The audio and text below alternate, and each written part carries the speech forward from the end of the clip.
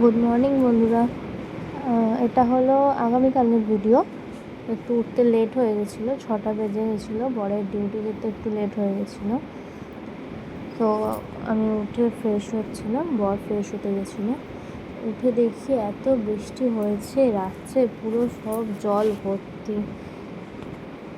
দেন আমি আর টম বাইরে দাঁড়িয়ে ভাবছি বেরোবো কি বেরোবো না। দিয়ে বর কিছু বলছিল, তখন আমি ওকে আদর করছিলাম।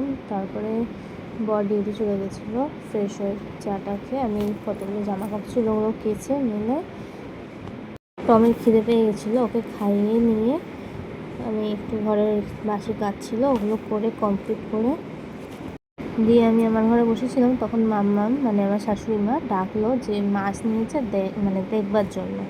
গিয়ে দেখি মাম্মাম সেদিনকে লোটে মাছ নিয়েছিল, আর একটা কী মাছ নিয়েছিল, যাই হোক আমি ভুলে গেছি। মাছ টাছগুলোকে ধুয়ে নিলাম, নিয়ে আমি স্নান টান কমপ্লিট করে চলে এসেছিলাম, কারণ পুরো ভিজে গেছিলাম বৃষ্টিতে। এত বৃষ্টি হচ্ছে, তোমাদের ওদিকে কোথায় কোথায় বৃষ্টি হচ্ছে? আমাদের এদিকে তো প্রচণ্ড বৃষ্টি হচ্ছে। দিয়ে আমি একটু রেডি হয়ে নিচ্ছিলাম। আচ্ছা, তোমরা শ্রাবণ মাসে কে কে সবুজ চুড়ি পরেছো একটু বলো তো।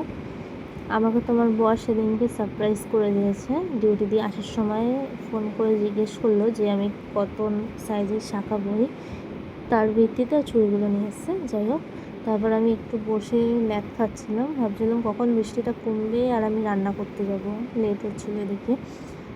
দিয়ে বসে বসে দেখি উনি ঘুমিয়ে পড়েছেন। আর আমার বরের তো ঘুমালে একদমই পছন্দ হয় না। সঙ্গে সঙ্গে গেছি ওকে একটু জ্বালাতে।